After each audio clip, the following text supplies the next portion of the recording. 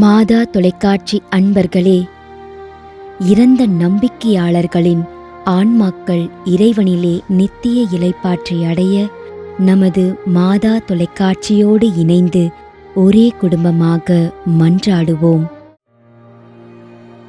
செல்வி Agnes சான்சி, Kodaikanal, 24ஆம் ஆண்டு நினைவஞ்சலி.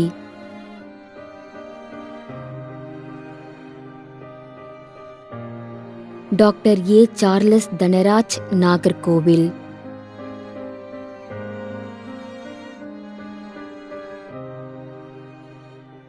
தைனஸ், Pune.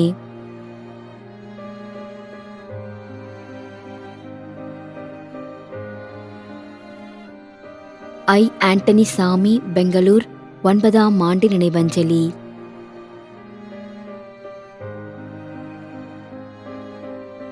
K. S. Arulnathan, Kandikuppam, Krishnagiri.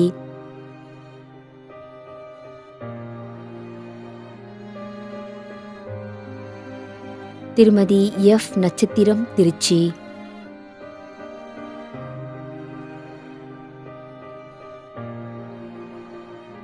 ஏ. Sabarimuthu, R. S. Jayamary, Kandikuppam, Krishnagiri.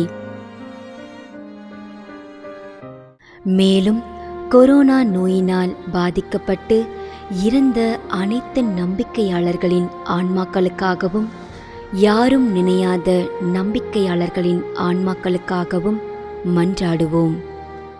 தந்தை, மகன், தூய ஆவியாரின் பெயராலே ஆமென். ஆண்டவருடைய பெயராலே நமக்கு உதவி உண்டு. விண்ணையும் மண்ணையும் படைத்தவர் அவரே. திருவெளிப்பாட்டு நூலிலிருந்து வாசகம்.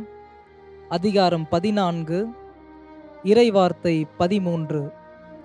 விண்ணகத்திலிருந்து ஒரு குரலை கேட்டேன்.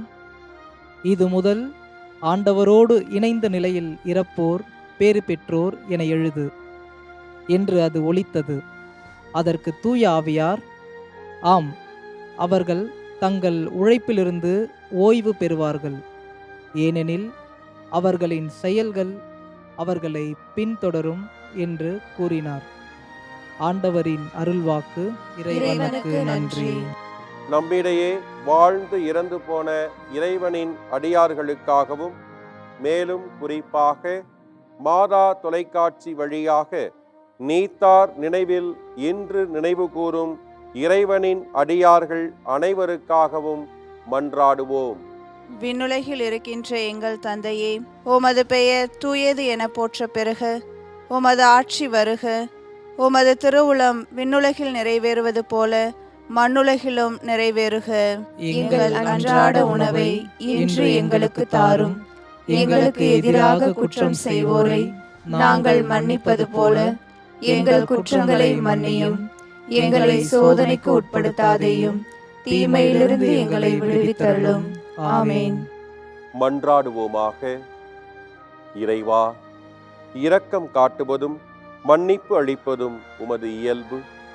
ஆகையால் உமது திருவடிகளுக்கு வந்துள்ள இன்று நாங்கள் நினைவு கூறும் ஆன்மாக்கள் மீது இரக்கம் கொண்டு அவர்களுடைய குடும்பத்தார் மற்றும் மாதா தொலைக்காட்சி குடும்பம் செலுத்தும் ஜெபங்களை ஏற்று அவர்களது குற்றங்களையும் அவற்றிற்குரிய தண்டனையும் மன்னித்து அமைதியையும் முடிவில்லா வாழ்வையும் தந்திடுமாறு எங்கள் ஆண்டவராகிய கிறிஸ்து வழியாக உம்மை மன்றாடுகிறோம்.